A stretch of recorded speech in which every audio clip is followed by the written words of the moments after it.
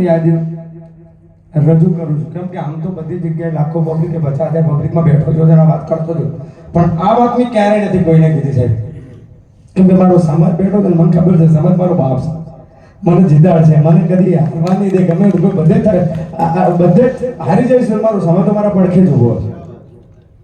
જ્યારે મારી ખરાબ પરિસ્થિતિ હાલત હું એવી હાલતમાં હતો કે મારી પાસે રૂપિયો વધારે કહેવાય, પાયલી વધારે કહેવાય એવી હાલત હતી, ખાવાના ફાફા ઘરેથી ભાગી ગયો હતો. પપ્પા એક્સપાયર થયા પછી બધાને ખબર છે કે મારો બાપ પાગલ થઈને એક્સપાયર થયો હતો, એ બધાને ખબર છે. 1.5 વર્ષ પાગલ થયો હતો, પછી ટાર્ગેટ કર્યો હતો કે મારો બાપ પાગલ થયો છે, હવે આખી દુનિયાને પાગલ કરવાની થાય, એટલે દેવ પગલી નામ એટલે વાંચ્યું કે બાકી મારું નામ દેવપુરી છે. પણ જ્યારે નીકળ્યા પછી કોઈ જગ્યાએ સફળતા જ નથી મળી. પહેલા નામે દેવપુરી રાખ્યું, ના ચાલ્યું. ફરી દેવ કુમાર રાખ્યું, ના ચાલ્યું.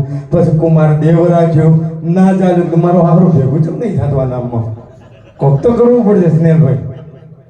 પછી ભગવાન શિવ આગળ શિવલિંગ ઉપર બ્લેડ વળ્યા, આંગળી કાપીને લોહી રેડ્યું હતું કે હવે તું ના જાગ્યો ને તો હું બાવાનો દીકરો નહીં, કદી પૂછીશ નહીં. અને મહાદેવ ખબર નહીં કયો ચમત્કાર કરી દીધો મારી જિંદગી જોડે કે આજે મારી ઓકાત કરતા મને 100 ગણો વધારે આપી દીધું છે.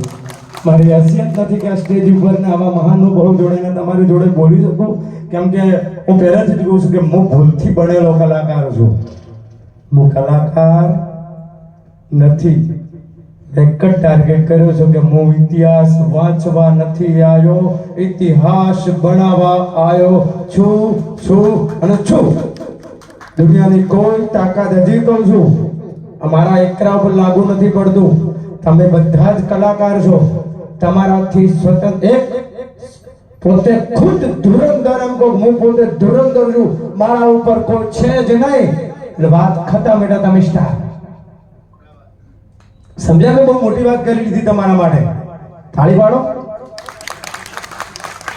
આપણા સમાજમાં આ જ પ્રોબ્લેમ છે. બાબુ સ્નેહલભાઈ કીધું કે સમાજ આપણો નાનો હોય. હમણાં કાલે 2 દાડા પહેલા મેં પોસ્ટ કરી હતી, આપણા જ સમાજના 2 જણા કે હું નીકળી પડ્યો.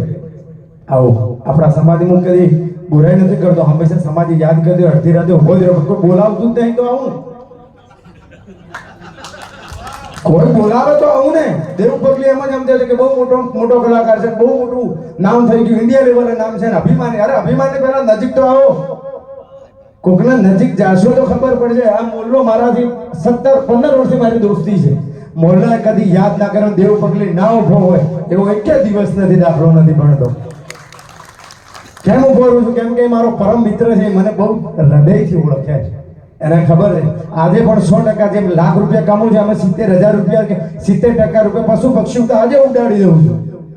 કઈ ભેગું કરવાનું થતું જ નથી. બાવાના દીકરા આપણો તો કોઈ ભેગું નથી થતું, જોડી લઈને જતા રહેવું યાર.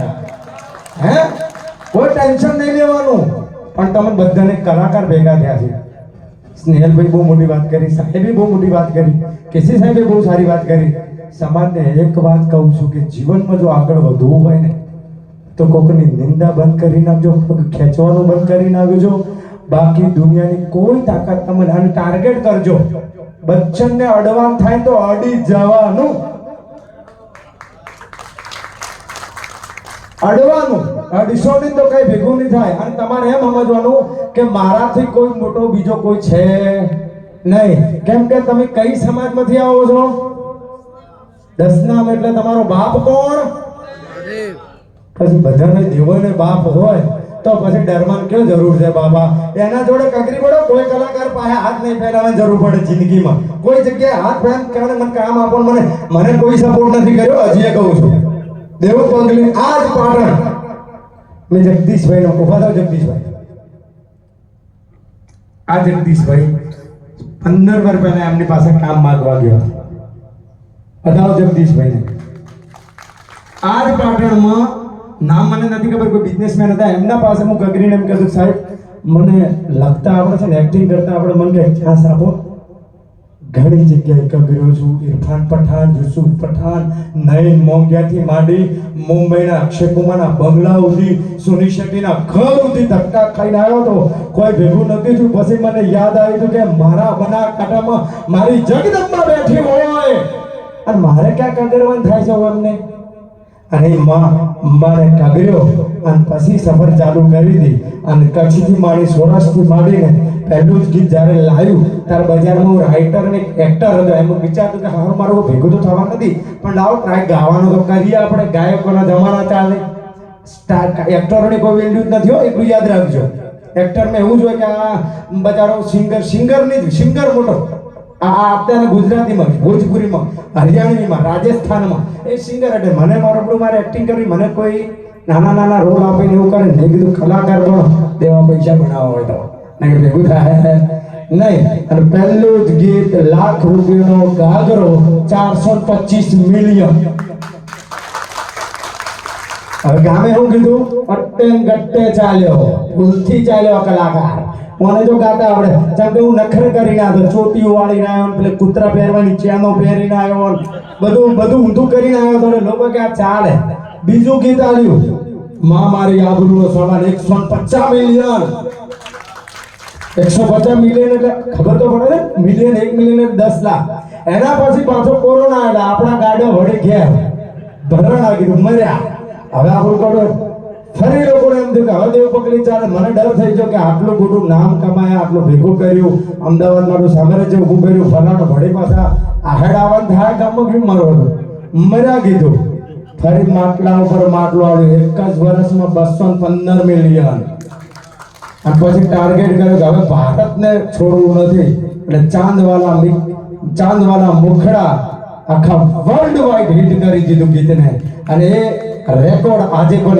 એક બંધ છે બોલિવૂડનો હજી સુધી કોઈ ઇન્સ્ટાનો તોડ્યો નથી એનું રીઝન એક જ હતું કે મારો ટાર્ગેટ મારો ગોલ મારી નીતિ મારી નજર બધું સરસ હતું ને એટલે મને ખબર કે મારો મહાદેવ મને ક્યાં હટવા દે નહીં અને મને ક્યારે પાડવાની દે મને મારે જો જગ્યાએ પહોંચવું છે એ પહોંચીને જપીશ અને જપ્યો બે હાથ જોડીને રિક્વેસ્ટ છે મારા સમાજને કે તમે જે બી કાર્ય કરતા હો તે ટાર્ગેટ કરજો કે મારે આ ભણવું છે અને બીજા પાસે નહીં કગરો તો ચાલશે એકવાર તમારા કુળદેવ અને કાળ ભેરવ આપણો હું કુળદેવ વિચારો કરો દાદો હંગાતો મહાદેવ હોય અને એને થોડું એકવાર કગરી દેજો બાપા મારા જગ્યાએ પહોંચવું છે રોજ એને કહેવાનું રોજ ઠપકો આપવાનો રોજ બોલવાનું મહાદેવ 12 મહિના પછી તો રીઝી જાય છે એ ભોળ્યો હે થેન્ક યુ સો મચ ખૂબ ખૂબ આભાર મોરલા કેમ કે આ ઇવેન્ટમાં મને બોલાવ્યો કલાકાર તરીકે કહો કે એક સમાજમાં નાનું મોટું નામ જે ધરાવવું છે તેથી બોલાય પણ આટલું સન્માન કરવા બદલ આટલું માન આપવા માટે સમાજ આગળ ઉભો કરવી બદલ દિલથી આભાર